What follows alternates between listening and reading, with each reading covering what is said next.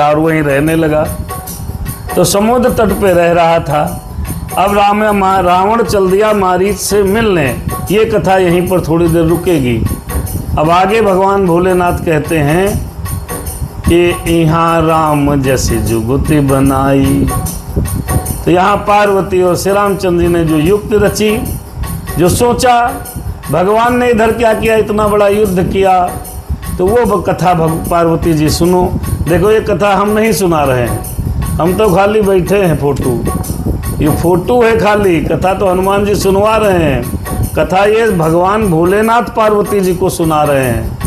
काग भुसुंडी जी महाराज सुना रहे हैं गरुण जी को, बयाकवल्क जी महाराज सुना रहे हैं। कथा कई जगह चल रही है ये, और जब तक यह धरती रहेगी तब तक ये कथा चलेगी, इसको कोई रोक नहीं पाएगा।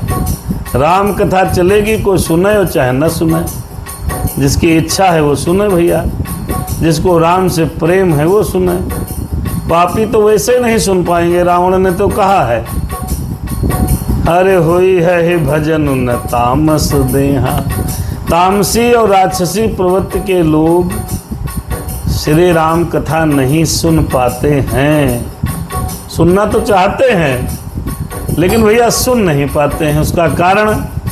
उसका कारण ये है कि तामसी आदमी के तामसी प्रवृत्ति बढ़ी रहती है, उसका मन कभी कथा के लिए जाता नहीं।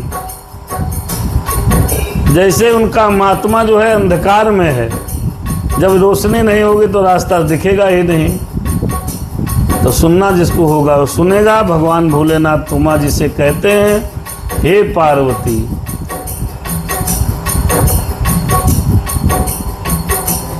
भगवान की वो युक्ति सुनो अथवा समझो। अब राम ने क्या किया, दोहा नंबर 23, और हमने अपनी कथा की थोड़ी स्पीड अब कम कर दी है। पहले हम सोचते थे कि हाँ कंचन बिटिया हमारी कह रही हैं हम जरूर सुनेंगे। बेटा तुम भाग्यशाली हो, तुम्हारा मन इधर रमता है। हमारी बाकी बहनें तो बिल्कुल भगवत कृपा प्राप्त हैं, ज्ञानी है वो ऑलरेडी।